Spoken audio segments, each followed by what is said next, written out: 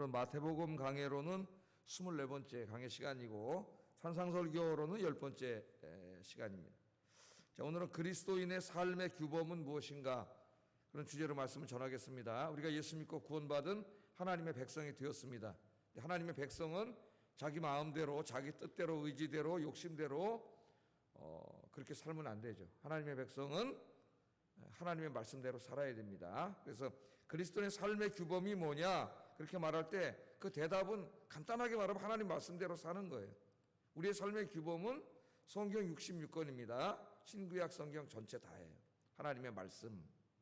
자, 오늘 말씀을 그냥 다른 성경 일체 생각하지 않고 그냥 오늘 마태복음 5장 산상설교에 주어진 말씀을 그대로 읽으면 어려울 게 없습니다. 하나님 말씀이 우리의 삶의 규범이고 특별히 예수님이 계실 때는 신약이 완성되지 않았기 때문에 하나님의 말씀하면은 구약성경이죠. 구약성경의 핵심은 모세 율법입니다. 그 율법의 말씀대로 사는 거죠. 예? 근데 예수님이 이제 율법의 말씀대로 사는 자는 천국에 가고 못 사는 자는 천국에 들어가지 못한다 그랬어요. 그러니까 마태복음 오늘 이 말씀만 읽으면 그냥 그렇게 이해하면 되는데 우리 기독교인들에게는 상당히 어려운 말씀이 됐습니다. 왜냐하면 우리는 이미 익숙한 가르침을 우리 머릿속에 가지고 있어요. 전제를. 이게 뭐냐면은 사도 바울을 통해서 하나님이 주신 로마서라든가 갈라디아서에 보면은 좀 완전히 다르게 나와 있죠. 율법의 행위로 구원을 받는 게 아니라 그리스도를 믿음으로 구원받는다. 이렇게 이 두 가지를 대조시키고 있습니다. 그래서 우리는 예수님을 믿음으로 구원받는다는 것이 우리 머릿속에 전제가 돼 있죠. 그런데 오늘 산상설교가 특별히 오늘 이 말씀을 읽으면은 이게 뭐지? 헷갈리게 됩니다. 이 말씀. 그래서 어려워요. 말씀 그대로 그냥 이 말씀만 읽으면 어려울 게 없는데 이 로마서의 가르침 또 성경 전체 이 구원론과의 가르침 속에서 이 말씀을 읽으면 충돌을 일으키는 것 같습니다. 언뜻 보기에. 그래서 이 산상설교가 어려운 거예요. 이 말씀이. 자, 그럼 이제 하나님 말씀을 우리가 지켜야 됩니다. 오늘 이 말씀 전체로 하면. 그리고 하나님 말씀은 그 말씀의 구약성경의 핵심은 이 율법의 말씀이에요. 이제 오늘 예수님도 선지자와 율법이라고 그렇게 나누었지만 선지자 율법은 구약성경을 말하는 거죠. 선지자의 가르침, 선지서들도 뭐예요? 다 율법을 지켰느냐 안 지켰느냐에 대해서 하나님이 하시는 말씀들이에요. 그 핵심은 율법이죠. 율법. 그러면 우리는 이 말씀을 읽으면서 그리스도인들이 율법을 지켜야 되나? 이런 생각이 듭니다. 율법을 안 지키면 분명히 여기 천국에 가지 못한다 그랬거든요. 근데 사도 바울은 유대인들과 싸우면서 구원은 율법을 지킴으로 가는 게 아니라 그리스도를 믿음으로 간다. 이렇게 가르치면서 이게 계속 논쟁을 했잖아요. 이게 어떻게 된 말씀이냐. 그래서 사실은 이 그리스도인과 율법이라고 하는 이 신학적인 주제가 신학에서 상당히 어려운 주제입니다. 제가 이제 이걸 계속 이 주제를 미국에서 가서 공부할 때도 다루었어요.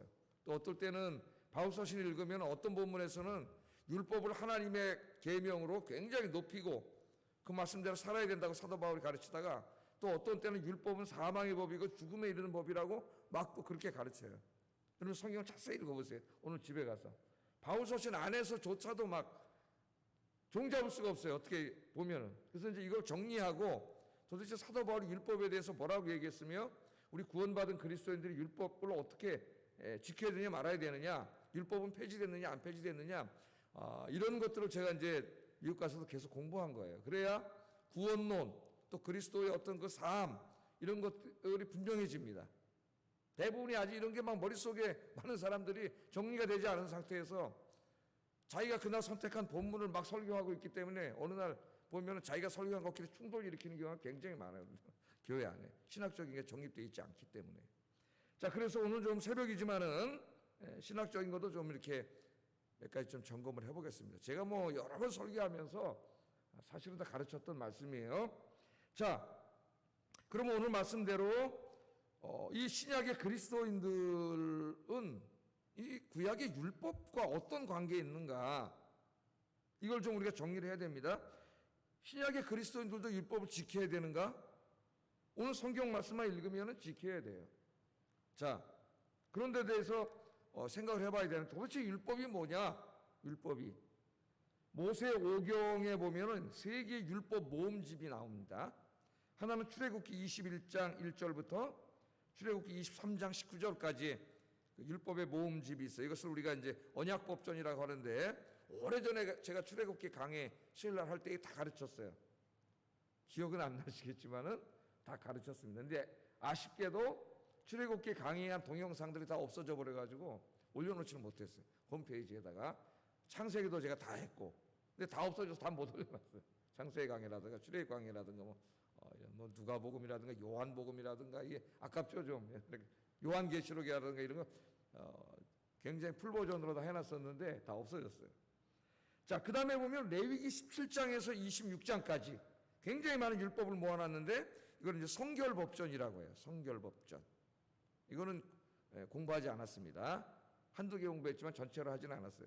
그 다음에 이제 세 번째가 신명기 12장부터 28장까지 보면 율법에 모아놨는데, 이것을 신명기 법전이라고 하죠. 제가 몇 년 전에 새벽 기도할 때 상세하게 가르쳤습니다. 이건 아마 올라와 있을 거예요, 홈페이지에. 그래서 신명기 법전을 한번 공부를 해보세요.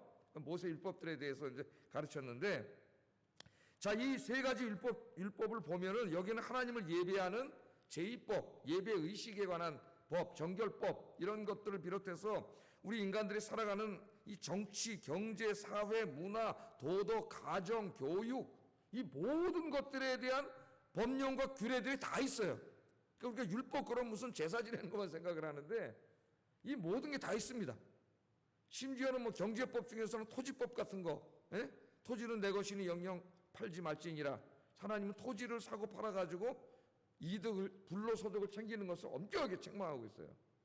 그래서 이 토지법이, 이 헨리 조지라고 하는 경제학자인데, 영국의 경제학자인데, 토지법, 이 성경에 나온 토지법을 연구해가지고 기독교 경제법으로 만들었습니다. 이건 이제 막스도 아니고 막스 베버도 아니고 제3의 길이에요.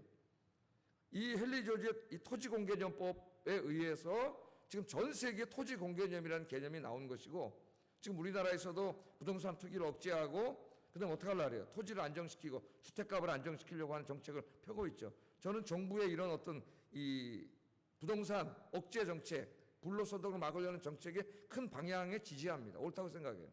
그러나 이제 그것을 어떻게 실현하느냐는 방법론의 문제에서는 좀 잘해야 되겠죠. 자칫 잘못하면 공산주의처럼 될 수도 있기 때문에 남의 사유재산을 마음대로 막 정부가 잘해야 되지만 큰 방향은 맞는 거예요. 불로소득은 성경이 금하고 있습니다. 토지를 통해서. 이런 모든 지금 사회 논쟁되고 있는 이 경제 정의, 토지 정의, 부동산 정의에 관한 법이 그 뿌리가 다 성경이라는 걸 알아야 돼요, 여러분. 그리고 이 이론을 제일 먼저 주창한 헨리 조지가 독실한 그리스도인이었고, 이 헨리 조지의 토지법을 자기 나라의 전체 경제법으로 적용하려고 했던 사람이 그 위대한 손문 선생입니다. 중국이 공산화되기 전에 중국에다가 삼민법 중에 하나가, 이 민생 중에 하나가 뭐냐면 이 토지법이에요. 그리고 토지공개념법을 지금 이 시간에도 국가의 법으로 정해서 토지의 사유와 투기를 국가가 억제하고 있는 대표적인 나라가 대만과 싱가포르 같은 나라. 이 싱가포르 같은 나라는 토지를 사유할 수 없어요. 다 국가 땅입니다. 우리는 단지 거기에 국가에 세를 내고 사용할 뿐이에요. 토지를 사용해서 장사를 하거나 사업을 하거나 돈을 버는 것, 노동을 통해서 돈을 버는 것은 국가가 인정해 주지만, 그 단순히 땅을 사고 파고 해서 돈을 버는 것은 투기이기 때문에 불로소득이에요. 그걸 국가가 엄격하게 금하는 거죠. 그것을 금하지 못했던 일본과 우리나라 같은 경우는 땅값과 집값이 너무 올라가가지고, 그까지 서울에 조그만 집 하나에 저 말이 됩니까? 대치동에 무슨 10몇 평짜리가 20억, 이게 말이 돼요? 예? 다 거품이죠, 거품. 계속 사고 팔고 투기꾼들이 이래가 집값을 너무 올려놔서 정말 우리 자녀들이 결혼을 해서 집이 있어야 사는데 집이 없어 장가도 못 가고 시집장가를 못 가고 있잖아요. 집값은 자꾸 올라가고 정부에서 자꾸 이걸 뭐 잡겠다 그러는데 잘못 건드려놓고 더 올라가니까. 방향은 맞지만 정책이 잘못된 거죠. 정책이. 자, 오늘 이게 이제 새벽 시간에 뭐 제가 다 일로 가려는 건 아니고, 그러니까 이 율법이라고 하는 거는 우리 삶에 관계된 이 모든 정치, 경제, 사회 문제를 다루는 모든 법이 다 있어요. 그 안에 신명기 오늘 가서 좀 한번 읽어보세요. 제가 설교도 다 해놨으니까.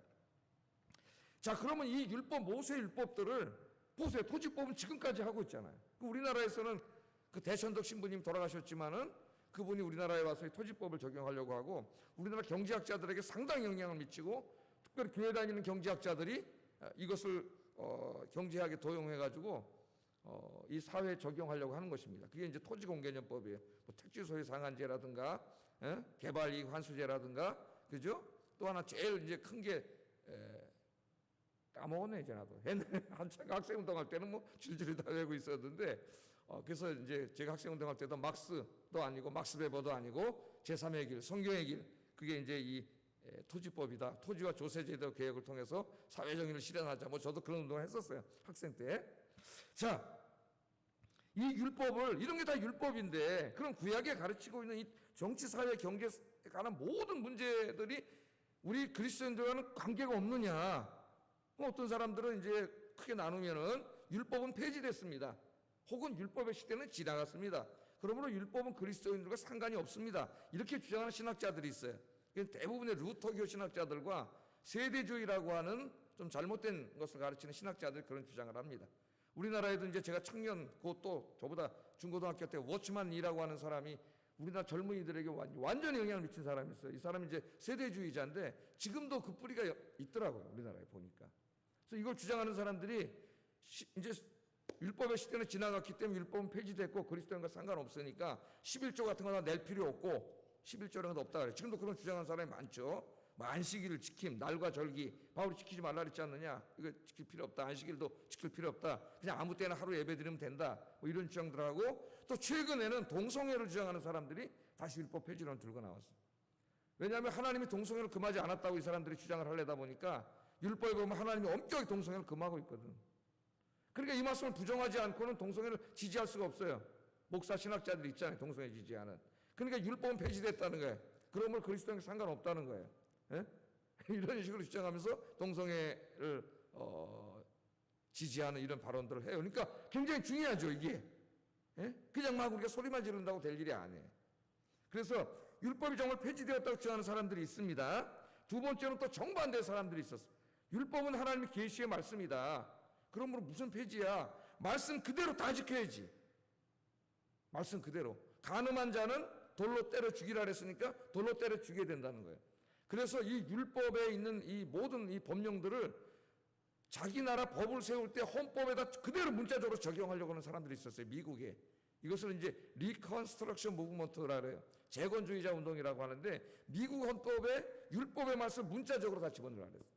살인한 자 돌로 때려 죽인다. 그럼 큰일 나겠죠, 여러분. 동성애자 다 하나님 앞에 죽여야 돼요. 네? 이것도 정말 극단이죠. 폐지됐다, 완전히 다 지켜야 된다. 그럼 이제 그 중간에 있는 우리 개혁파 혹은 장로교 사람들은 뭐라 그랬어요? 그런 게 아니고 구약에 보면은 다 끝난 게 있다는 거예요. 폐지된 게. 이게 뭐냐면 이제 제사법 또는 이스라엘이라고 하는 그 국가에게 주어진 시민법, 이런 것들은 폐지됐고, 십계명이라든가 개인의 도덕 윤리를 가르치는 도덕법은 우리가 지켜야 된다.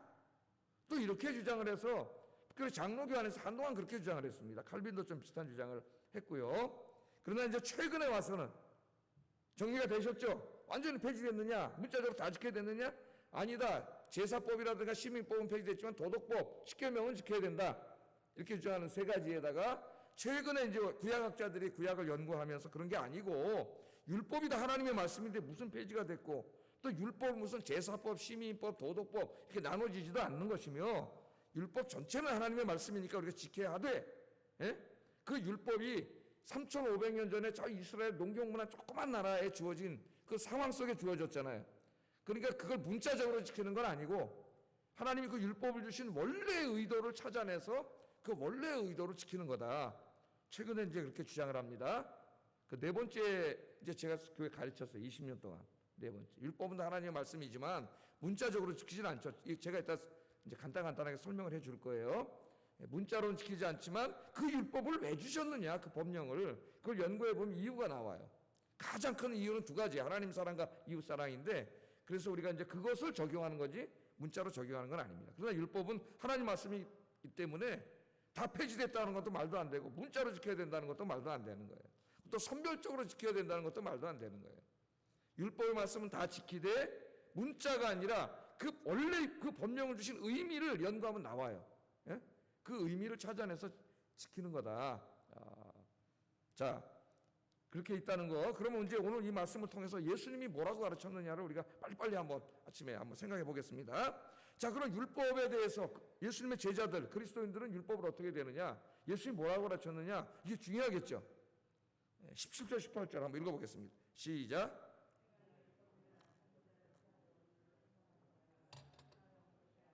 완전하게 하려 함이라. 진실로 너희에게 이르노니 천지가 없어지기 전에는 율법의 1.1획도 결코 없어지지 아니하고 다 이루리라. 제가 미국에서 이제 마태복음이라고 하는 것을 강의를 듣는데, 이제 마태복음 때 교수님이 그 WBC의 마태복음을 쓴 그 도널드 해그너라고 하는 세계적인 학자였어요. 그래서 이제 그 강의를 듣는데 페이퍼를 하나 써내야 되기 때문에 학문적인 페이퍼를 요 주제로 해서 이제 페이퍼를 써낸 게 지금도 컴퓨터에 있습니다. 20여 년 전에. 자, 예수님은 뭐라 했느냐? 오늘 말씀 그대로 한번 읽어봅시다. 그대로. 내가 율법과 선지자를 폐하러 온 것이 아니다 그랬잖아요. 아니다. 근데 왜 폐지됐다라는 거예요? 예? 그 사람들. 나는 율법과 선지자를 폐하러 온 것이 아니고 뭐 하러 왔다고요? 완전하게 하려고 왔다. 뭔가 율법과 선지자는 아직 완전하지 않기 때문에 완전하게 하려고 왔다. 그렇게 말했습니다. 분명히 그렇게 말씀하셨어요. 성경 말씀 잘 읽어야 돼요. 우리는 이 말씀을 통해 신약시대에 율법이 폐지되었다고 주장하는 사람들의 주장이 틀렸음을 알게 됩니다. 벌써 여기서. 자, 또한 천지가 없어지기 전에는 율법의 말씀들 중 단 1.1획도 없어지지 않고 다 이루어진다 그랬는데 뭐가 폐지가 됐다는 거예요. 예? 그런 말씀 조심해야죠. 동성애를 주장하는 사람들 벌써 이 말씀 갖다 대면 틀렸잖아요. 예?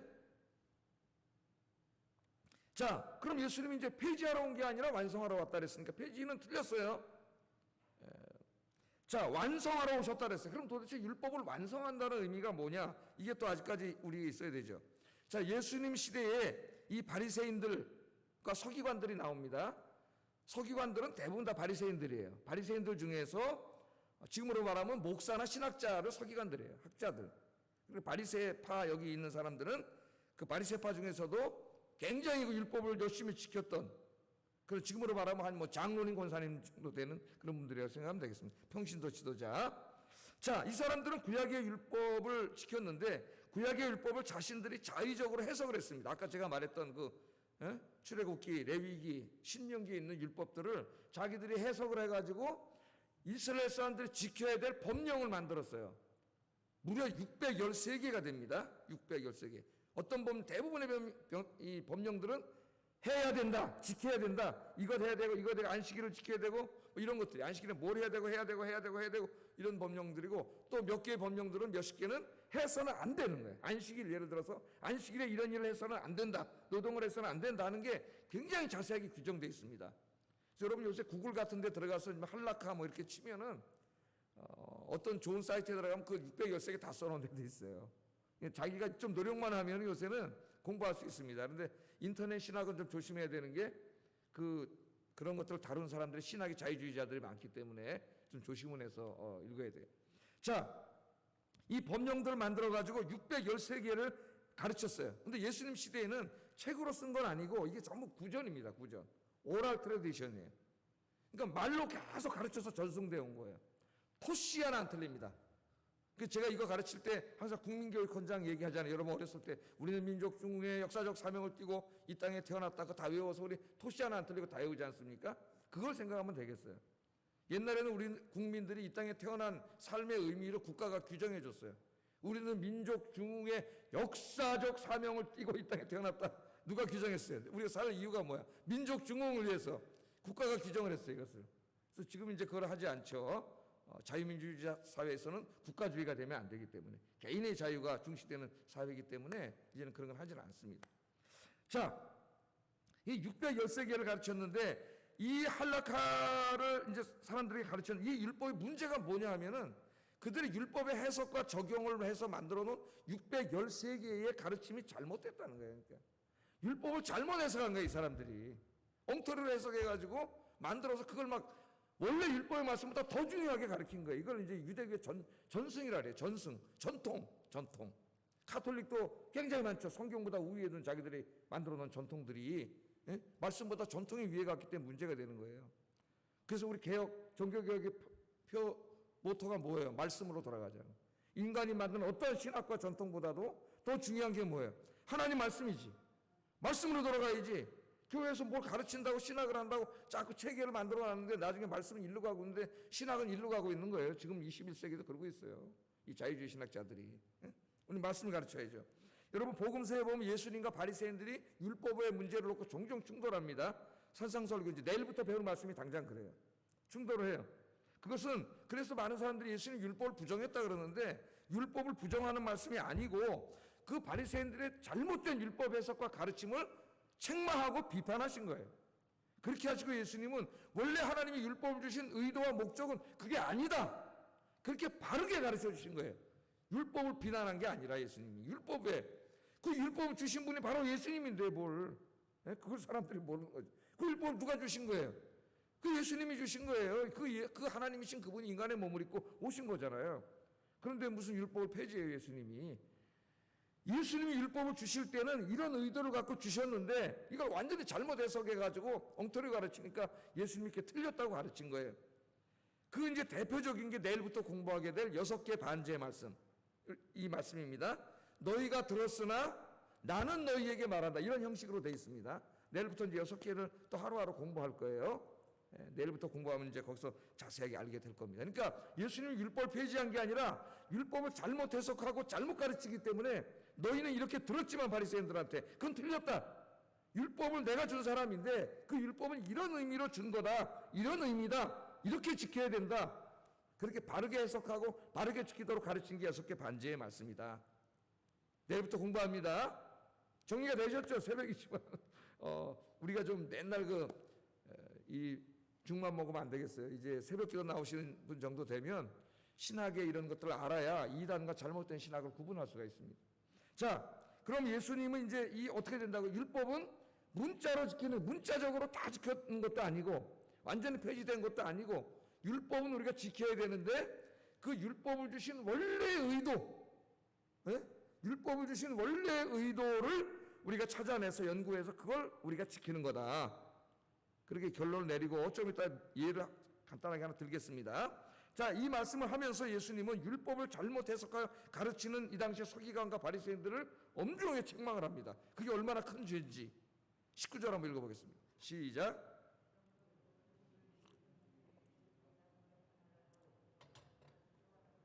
천국에서 지극히 작다 일컬음을 받을 것이요 누구든지 이를 행하며 가르치는 자는 천국에서 크다 일컬음을 받으리라.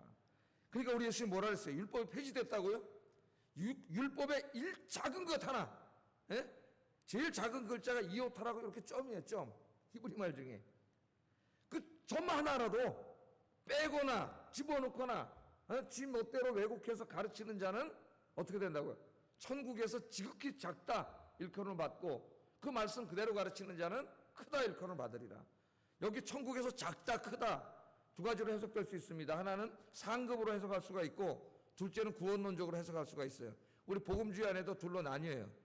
그러니까 이 엉터리 가르친 자는 아무리 목사 노릇 열심히 해도 하나님 앞에 가면 상급이 하나도 없다. 그런 의미가 될 수가 있습니다. 제대로 가르친 자는 큰 상급이 있다. 이렇게 갈 수 있고 또한 우리의 복음주의자들은 작다 크다는 긍정과 부정의 말이다. 천국에 못 들어간다고 말해요. 못 들어간다. 그렇게 가르치는 자들은 들어갈 수 있느냐 못 들어갈 수 있느냐 저는 두 번째로 해석을 해요. 부정적인 말입니다. 제가 그래서 신대원 다닐 때 이 부분 산상설교 공부하면서 이 부분 논문으로 써낸 적이 있는데 조그만 논문으로 이걸 부정적으로 해석해서 천국에 들어가지 못한다. 왜냐하면은 그 다음 구절에 나오잖아요. 그 다음 구절에 말씀대로 살지 못하면 천국에 못 들어간다 그랬어요. 그러니까 이 가르치지 못한 자도 엉터리 가르친 자도 천국에 들어가지 못함이에요. 못함. 그러면 저 같은 목사가 이제 굉장히 두려워집니다. 내 나름대로 최선을 다해서 해석을 했지만 이게 다 꼭 내가 옳다고 보장할 수는 없거든요. 그럼 어떡하지? 목사는 천국 갈 사람 한 명도 없어요. 그렇게 해석하면. 이거는 그런 말씀이 아니라 하나님께서 우리에게 주신 지성과 이성의 한계가 있어요. 그러므로 목회자가 신학자가 정말 한 말씀을 준비하기 위해서 최선을 다해서 연구하고 가르치고 그렇게 해서 최선을 다했다면은 여기에 해당되지 않습니다. 난 칭찬받는다고 생각해요. 그러나 뭐 정치하러 댕기고 이것저것 돌아댕기고 딴짓거리 하느라고 연구도 안 하고 준비도 안 하고 공부도 안 하고 그냥 읽다가 올라와서 이렇게 가르치면은 안 되겠죠. 내 지옥 간다고 말을 안 하겠죠. 이 말씀을 하여튼 상급의 문제로 봤든지 천국에 못 가는 문제로 봤든지 심각하게 우리 목회자들이, 신학자들이 생각해야 된다. 하나님 말씀을 왜곡하지 않도록 최소는, 제가 그랬죠. 산상설교는 100% 지키라고 주신 말씀은 아니라고. 우리가 그렇게 지킬 수 없다고, 인간이. 그러면 한 사람도 구원받지 못해요. 그래서 이 말씀은 그렇게 살으려고, 그걸 목표로 정해놓고 산상설교의 가르침을 그 말씀대로 살려고 목회자나 성도나 애쓰고 몸부림치는 것이라 그랬죠. 그리고 그대로 못 살면 하나님 앞에 가서 정말 안타깝게 가슴을 치면서 눈물로 회개하는 것, 그게 진짜 믿음이다. 그렇게 가르쳤습니다. 서론 때. 이걸 우리가 늘 명심하는 게 좋겠어요. 자, 이 말씀을 하시면서 그 다음 말씀을 보세요. 천국에 가는 문제로 직접 얘기를 합니다. 20절 읽어보겠습니다. 시작. 더 낫지 못하면 결코 천국에 들어가지 못하리라. 이를 보세요, 여러분. 너희 의가 서기관과 바리새인보다 더 낫지 못하면 결국 천국에 들어가지 못한다 그랬어요. 이거 어떤 사람은 해석을 하면서 서기관과 바리새인의 의는 율법의 의이고 우리는 그것보다 더 뛰어난 예수를 믿는 의다, 뭐 이런 식으로 해석을 하는데 말도 안 되는 해석입니다. 산상설교 전체에 맞지도 않아요. 그렇게 쓴 주석들이 있어요. 예? 말도 안 되는 소리예요. 산상설교는 계속 하나님 말씀대로 사는 것에 대한 강조를 하고 있어요. 지금 서기관과 바리새인의 의는 어떤 의냐? 서기관과 바리새인들의 의는 이 사람들이, 여러분, 율법을 철저하게 지키려고 했던 사람이에요. 그러니까 무슨 안식일을 철저히 지키고 뭐 정결규례를 지키고 정해진 시간에 기도하고 금식하고 11조를 내고 구제하고 율법에 있는 규례들을 정말 철저히 지키려고 노력했던 사람들입니다. 물론 예수님 시대에 위선자들도 많았어요. 사람들 보는 앞에서만 그러고 뒤에 가서는 딴짓거리하는, 그 예수님이 이 독사의 새끼들아, 회칠한 무덤들이라 그렇게 비난을 받은 자들도 많았지만 사도 바울과 같은 사람은 양심적으로 그걸 다 지키려고 했죠. 그래서 뭐라 그래요? 빌립보 3장에 내가 율법의 의로는 흠이 없는 자다. 그때 뭐라 그러니까? 율법의 의, 율법을 지키는 데 있어서의 의죠. 그러니까 여기 서기관과 바리새인의 의는 율법을 철저히 지킴으로 하나님께 인정받는 의예요. 의. 그런데 그 의가 우리 그리스도인들, 예수님 제자들에게 설교하는 거잖아요. 너희의 의도 예수 믿고 구원받았다고 이제 그걸로 끝나는 게 아니라는 거예요. 이제 예수 믿고 구원받은 너희들은 진짜 이스라엘이 됐기 때문에 저 서기관과 바리새인들이 율법의 말씀을 지키려고 철저히 지키려고 하는 것보다 더 철저히 지켜야 된다는 겁니다. 그렇지 않으면 천국에 들어가지 못한다. 예수님이 이렇게 말씀을 하셔요. 철렁했다. 큰일 났다 이게 지금. 큰일 났어. 오히려 바리새인과 서기관이 열심히 지킨 것보다 난 은혜로 구원받았으니까 이제 안 지켜도 되네? 그게 아니라 오늘 뭐라 그랬어요, 예수님이? 그 의를 능가해야 된다는 거예요. 능가해야 된다. 이게 또 무슨 말씀인가? 이게 또 무슨 말씀인가? 여러분, 율법을 해석할 때는 특수성과 보편성이 있어요. 제가 아까 말했잖아요. 율법은 3,500년 전에 저 팔레스틴 지역의 고대 국가의 조그만 농촌 사회에게 주신 말씀입니다. 그 사회를 유지해 나가기 위한 어떤 시민법, 정치, 경제, 사회, 문화, 도덕 이런 것들을 다 구체적으로 그 시대 사람들에게 준 거예요. 그게 특수성이에요, 특수성. 그러나 그 3,500년 전 사람들에게 주신 말씀을 주실 때는 그 말씀을 주신 의미가 있어요. 의도. 본래적인 의도가 있다고. 그러니까 그 본래적인 의도가 보편성이에요. 그래서 우리는 율법을 해석할 때는 그 특수성을 문자적으로 지키는 게 아닙니다. 그 말씀을 주신 의미를 왜 주셨는가 하는 보편적인 하나님의 의미, 진리를 찾아내서 오늘 지키는 거예요. 이 말이 계속 어렵네, 목사님. 신학교도 아닌데. 예를 들어서 설명해야 되겠어요. 신명기 22장 8절에 보면은 이런 말씀이 있어요. 내가 새 집을 건축할 때 지붕에 난간을 만들어 사람으로 떨어지지 않게 하라. 그 피 흐른 죄가 내 집에 돌아갈 거 하노라. 이 말씀이 있습니다. 예를 들어서 건축법이에요. 건축법도 주셨어요. 집을 질 때는 옥상에다 반드시 높은 난간을 만들어내는 겁니다. 왜 그랬을까요? 예루살렘 성은 산에 있어요. 그러니까 웬만한 집에 올라가면 다 낭떠러지야. 떨어져 죽어요. 어두컴어두컴할 때 남의 집 옥상에 올라갔다 떨어지면 죽기 때문에 그 떨어져 죽는 거를 막기 위해서 난간을 만들어라 그런 거예요. 거기다가. 그게 특수성이에요. 특수성. 이스라엘이라고 하는 사회의 특수한 상황에 맞게 난간을 준 거예요. 그럼 요새 이 법을 폐지됐다고 생각하면 우리는 안 지키잖아요. 폐지된 게 아니에요. 이 말씀 뭐예요?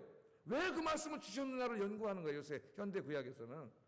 왜 주셨어요? 이웃들이 우리 집에 놀러 왔다가 옥상에 올라갔다가 저녁 때 떨어져 죽지 않게 않기 위해서, 그러니까 이웃들의 생명을 보존하기 위해서 만들라는 거죠. 그럼 요새 우리가 건축을 할 때 난간을 짓지 않습니다. 기독교인들도 뭐 만드는 집도 있겠지만 만들지 않아요. 그 율법을 안 지키죠. 왜? 그렇게 지키라고 주신 말씀이 아니에요. 그게 왜 주셨다고요? 이웃들의 생명을 보존하기 위한, 이웃들을 위한 사랑과 배려의 말씀이에요. 그게. 그러므로 요새 우리가 건축을 할 때 이걸 어떻게 지켜야 되느냐? 문자적으로 난간을 만드는 게 아니고 이웃들에게 피해를 주지 않도록 자기 집을 져야죠.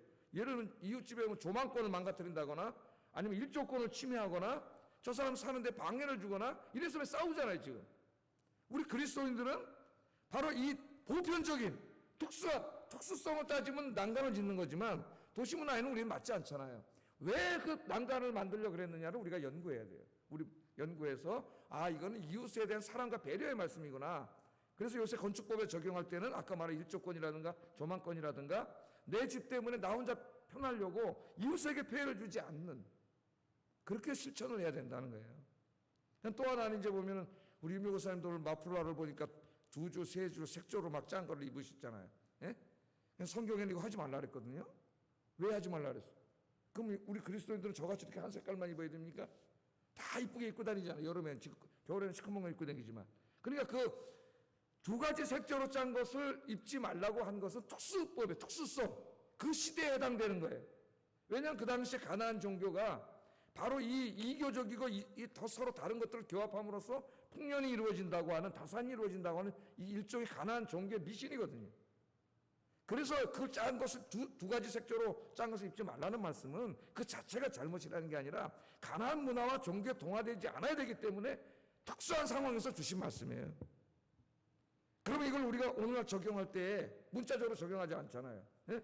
저도 보면 이것도 2가지 색으로 넥타이 되어 있거든요. 율법을 어겼어요, 문자로는. 그게 아니고 뭐예요? 이 세상의 문화, 예? 이 세상의 가치관, 이런 세상의 종교의 어떤 관습에 따라가지 말라, 그런 말이죠. 예? 하나님 말씀 지키면서 살아라. 그러니까 그렇게 지켜야 된다는 거예요. 그러니까 지금은 뭐 옷을 5가지 색조로 짠 걸 입어도 상관이 없는 거죠. 자, 이해가 되셨어요? 안 되셨어요? 이해가 되시잖아요. 그죠? 그럼 목사님, 어떤 사람이 이렇게 물어볼 수 있습니다. 그러면 구약의 속죄제사는 폐지됐잖아요. 그렇죠? 속죄제사 우리가 안 드리죠. 예수님이 자신을 제물로 드림으로 이제는 우리는 다시 속죄제사를 드리지 않습니다. 그렇다고 폐지된 건 아니에요. 제사를 드리지 않죠. 우리는 다른 방식으로 제사를 드려요. 사도 바울이 누누이 얘기했죠. 예수님 왜 죽으셨어요? 왜 제물을 드렸어요? 우리의 죄 때문에, 우리의 죄를 사하시기 위해서 돌아가신 거예요. 그러므로 우리는 이제 히브리서의 가르침처럼 다시는 제사를 드릴 필요는 없지만 날마다 주님전에 나가서 그 의미를 찾아서 우리의 죄를 회개하는 속죄의 기도를 드려야 되는 거죠. 폐지된 게 아니에요. 잘못 가르치는 게 자꾸 폐지됐다고. 예? 원래 의미, 안식일도 마찬가지. 안식일은 원래 무슨 요일이에요? 토요일이에요. 그러니까 사도 바울이 날과 절기를 지키지 말라 그랬다고, 안식일 폐지됐다고 안 지켜도 된다는 거예요. 11조도 마찬가지고. 이게 참 무식한 것이에요. 그러니까 왜 안식일을 주셨느냐? 원래적인 의도가 뭐예요? 모든 세속적인 일을 중지하고 여러 가지 이유가 있지만 제일 중요한 건 그날을 구별해 하나님을 예비하고 창조주를 기억하는 날입니다. 그런데 신약시대에 오면 우리 예수님이 십자가에서 죽으시고 일요일날 부활하셨죠. 주일날, 우리 주일이라 그러는데 세상 사람들 일요일이라고. 그러므로 그 구원을 완성하셨어요. 예? 그래서 이제 우리는 더 이상 토요일을 안식일로 지키지는 않아요. 문자적으로 지키는 게 아닙니다. 우리는 언제 지켜요? 일요일날 지켜요. 일요일날, 주일날. 그러나 그 안식일을 지키라고 하는 본래 의미가 뭐예요? 창조주 하나님, 구원의 하나님을 기억하고 예배하는 날이에요.